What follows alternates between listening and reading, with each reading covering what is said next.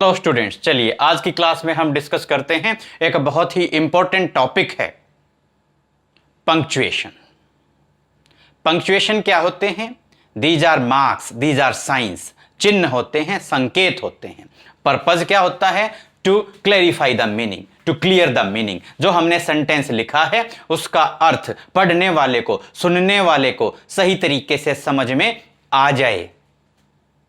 एक तरीके से आपने कुछ लिखा है, आपने कुछ बोला है और उसमें अगर आपको बगैर किसी स्पेशल एफर्ट के उसमें फीलिंग्स डालनी है, भाव डालने हैं, आप सही मायने में आपके कहने का अर्थ क्या है, मीनिंग क्या है, ये क्लैरिफाई करना चाहते हैं तो आपको पंक्चुएशन मार्क्स यूज करने पड़ेंगे।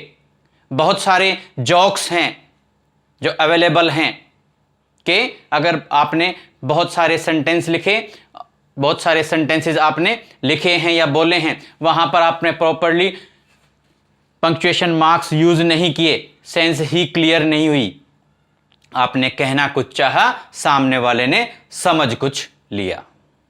तो बहुत ही इंपॉर्टेंट पंक्चुएशन मार्क्स हैं, हम इनको अभी स्टडी करते हैं। फर्स्ट हमारा पंक्चुएशन मार्क है फुल स्टॉप। पंक्चुएशन साइंस में सबसे ज़्यादा यूज़ होता है, फ्रीक्वेंटली यूज़ होता है। हम इसके इतने ज़्यादा हैबिचुअल होते हैं कि हमें पता भी नहीं चलता कि हमने कब इसको यूज़ कर दिया। Eight the end of a simple sentence और इंपेरेटिव सेंटेंस, कोई सिंपल सेंटेंस हो, साधारण वाक्य हो, इंपेरेटिव सेंटेंस हो, वो जब खत्म होता है, उसकी एंडिंग होती है। तो हिंदी में हम कोई साधारण वाक्य अगर पूरा होता है, हिंदी में हम क्या लगाते हैं? पूर्ण विराम लगाते हैं। और इंग्लिश में क्या यूज करते हैं? Full stop. Second full stop का यूज है इन एब्रीविएशन। इन एब्रीविएशन आप फुल स्टॉप का यूज करते हैं संक्षिप्त रूप बनाने के लिए। आपने लिखा वेरी इंपॉर्टेंट पर्सन, हम लिखेंगे V.I.P। Important IMP dot. इस तरीके से हम फुल स्टॉप का यूज करते हैं। कोमा, कोमा एक पंक्चुएशन के जो साइंस हैं, संकेत हैं, चिन्ह हैं, उनमें मोस्ट इंपॉर्टेंट आप यूज ऑफ कोमा मानकर चल सकते हैं। बहुत सारे कोमा के यूजेस हैं, ध्यान से करना। कोमा का यूज कब होता है? To represent the shortest pause, यानी कि बिल्कुल छोटी सी सेंटेंस में आपने कुछ बोला, उसमें थोड़ी सी अगर आपको रुकावट डालनी है, पॉज करना है, रुकना है, तो आप कोमा का यूज करते हैं। सेकंड इसका जो यूज है to separate a series of words. Suppose आपने वर्ड्स बोले, नेम्स बोले, राम, सीता, मोहन, सोहन, गीता, बहुत सारे आपने नेम्स यहां पर बोले हैं। उनके बीच में आप क्या यूज करेंगे? आप कोमा यूज कर देंगे। तो वहां क्या है? सीक्वेंस जो है, सीक्वेंस ऑफ वर्ड्स है, सीक्वेंस ऑफ नेम्स है। आपने बहुत सारे फ्रूट्स के नेम्स जो हैं वो मेंशन किए, उनके बीच में आप कोमा यूज कर देंगे। तो सीरीज ऑफ वर्ड्स के बीच में आप कोमा का यूज करते हैं। नेक्स्ट यूज है to indicate the omission of word, especially a verb. किसी वर्ब को सेंटेंस में अगर सेम वर्ब जो है वो रिपीट हो रही है, सेम वर्ड जो है रिपीट हो रहा है, तो उसको ओमिट कर देते हैं, उसको वहां से रिमूव कर देते हैं, हटा देते हैं। और इस ओमिशन को शो करने के लिए हम यूज क्या करते हैं? कोमा। एग्जाम्पल देते हैं, आपको समझ में आएगा। Rama received a Parker pen, semicolon, Hari, comma, a watch. देखिए, रमा रिसीव्ड, ये वर्ब आई थी आपकी। इसी तरीके से यहां पर भी हमें लिखना था हरी रिसीव्ड ए वॉच। हमने रिपीट नहीं किया, हमने रिसीव्ड को क्रॉस कर दिया, ओमिट कर दिया, और उसकी जगह यूज क्या कर दिया? कोमा। ऐसे केसेस में भी हम कोमा का यूज करते हैं। Before certain coordinative conjunction. अब जैसे हमने एग्जाम्पल लिया है, to act this is not wisdom, comma, but folly, full stop. के ऐसा करना बुद्धिमानी नहीं है, हमने पॉज दिया, रुकावट दी, बट फॉली, लेकिन मूर्खता है। सेंटेंस कंप्लीट हो गया, हमने फुल स्टॉप लगा दिया। यूज ऑफ फुल स्टॉप हम ऑलरेडी इस लेक्चर में कर चुके हैं।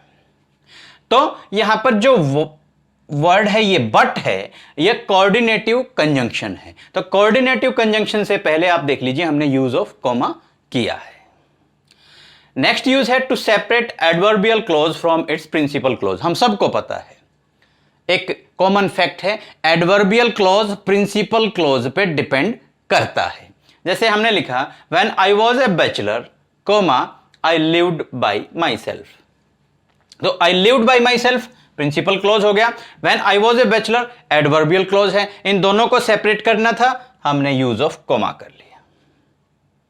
कुछ एक वर्ड्स हैं, for example yes, no, well, sir, इनके बाद हम कोमा का यूज करते हैं। For example yes comma he is at home, हां वह घर पर है।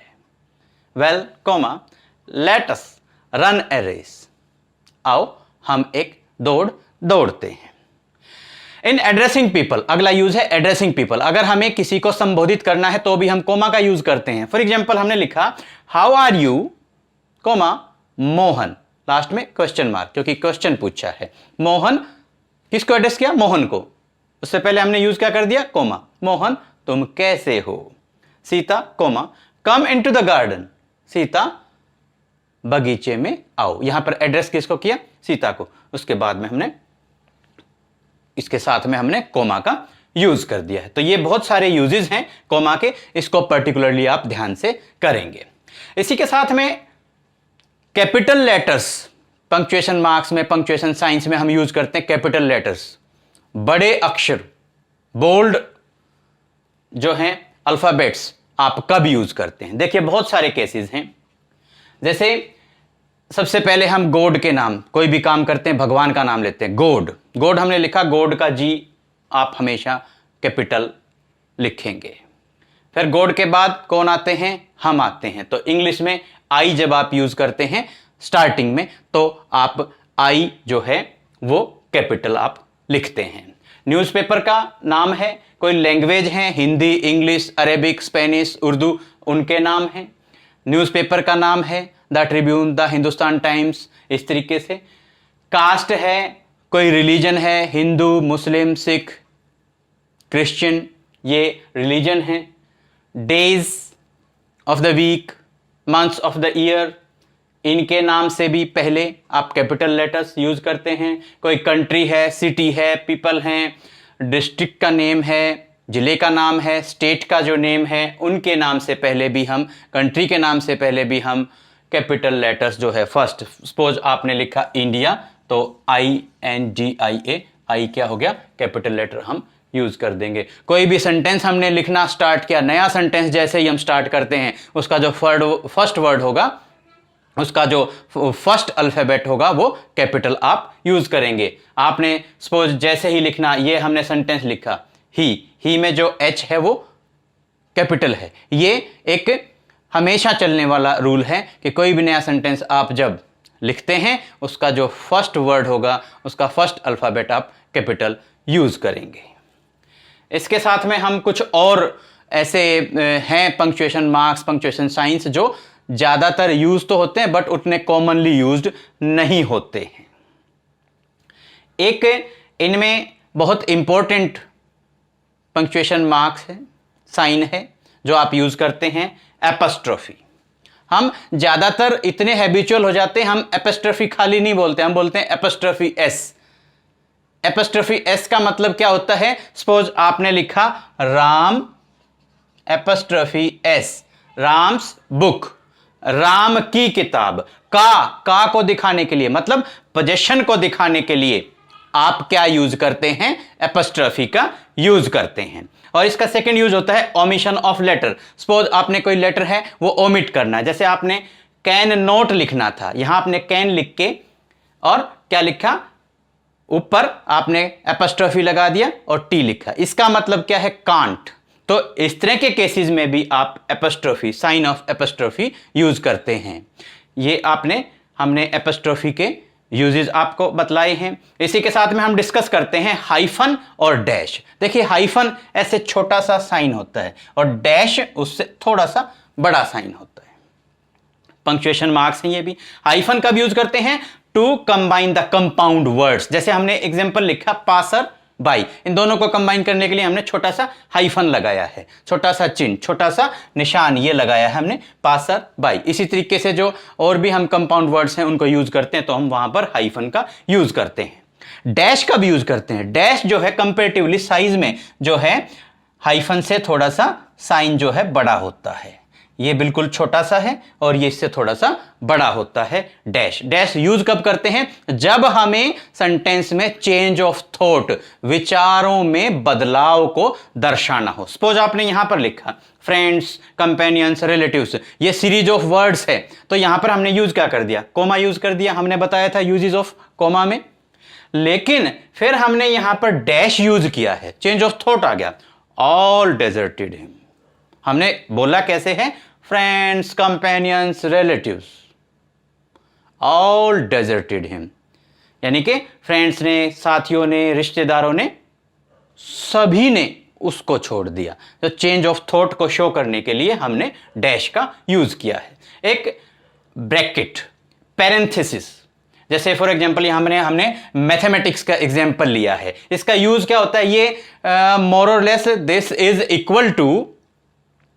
इक्वल टू कोटेशन मार्क्स, इस तरीके से आप यूज करते हैं। यूज कहां होता है? जैसे to separate relevant information from the rest of the text, कोई रेलिवेंट इंफॉर्मेशन है उसको एक भाग को दूसरे भाग से अलग करने के लिए। जैसे ये पार्ट है 2 इंटू, यूज ऑफ ब्रैकेट हमने किया 4 + 6 और ब्रैकेट क्लोज हमने की, ये पार्ट अलग है, इसकी फंक्शनिंग अलग होगी, इसकी फंक्शनिंग अलग होगी। इस तरह के केसेस में हम पैरेंथेसिस यानी कि ये यूज ऑफ जो है ब्रैकेट हम यूज करते हैं।